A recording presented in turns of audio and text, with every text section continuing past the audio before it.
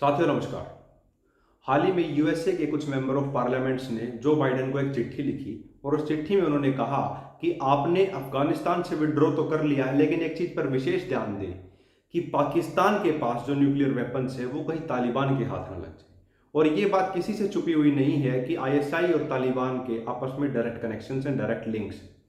तो इसी बैकड्रॉप में हम ये समझने की कोशिश करते हैं कि पाकिस्तान का न्यूक्लियर प्रोजेक्ट जब चल रहा था 1979 के अंदर, उसको फंड किसने किया और क्या उस समय पे यूएसए ये जानता था कि पाकिस्तान एक न्यूक्लियर प्रोग्राम चला रहा है और एक यूरेनियम एनरिचमेंट कर रहा है। तो सबसे पहले हम बात करते हैं कि इस प्रोजेक्ट को फंड किसने किया।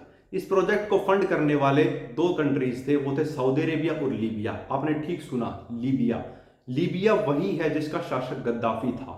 लीबिया ने इस प्रोजेक्ट के लिए पाकिस्तान को 200 मिलियन यूएस डॉलर का फंड दिया और सऊदी अरेबिया ने इस प्रोजेक्ट के लिए 250 मिलियन यूएस डॉलर का फंड दिया और पूरे न्यूक्लियर प्रोग्राम के लिए पाकिस्तान को 450 मिलियन यूएस डॉलर की फॉरेन फंडिंग हुई।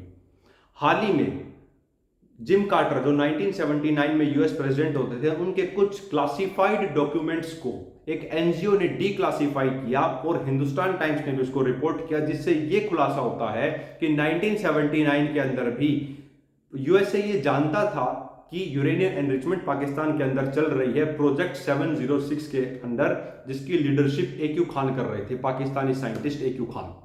तो यूएसए 1979 में भी ये बात जानता था। उसके बावजूद भी यूएसए ने पाकिस्तान को न्यूक्लियर स्टेट बनने दिया। ये सबसे बड़ा सवाल उठाता है कि ऐसा क्यों।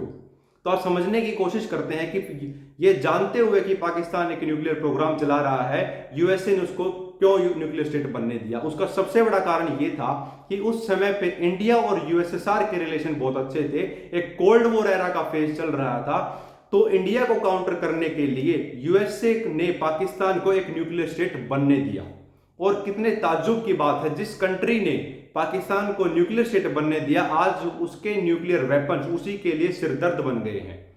और ना सिर्फ उसके लिए, पूरे वर्ल्ड के लिए सिरदर्द बन गए हैं। और ये हम सब जानते हैं कि अगर न्यूक्लियर वेपन्स तालिबान के हाथ लगते हैं नियर फ्यूचर में, तो वो कॉज ऑफ कंसर्न सिर्फ अफगानिस्तान के लिए नहीं होगा, इस पूरे रीजन के लिए होगा, पूरे वर्ल्ड के लिए होगा। तो आने वाले समय में देखते हैं कि इस पूरे इवेंट पे क्या होता है।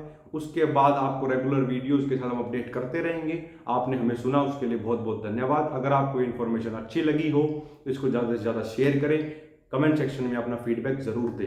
बहुत बहुत धन्यवाद।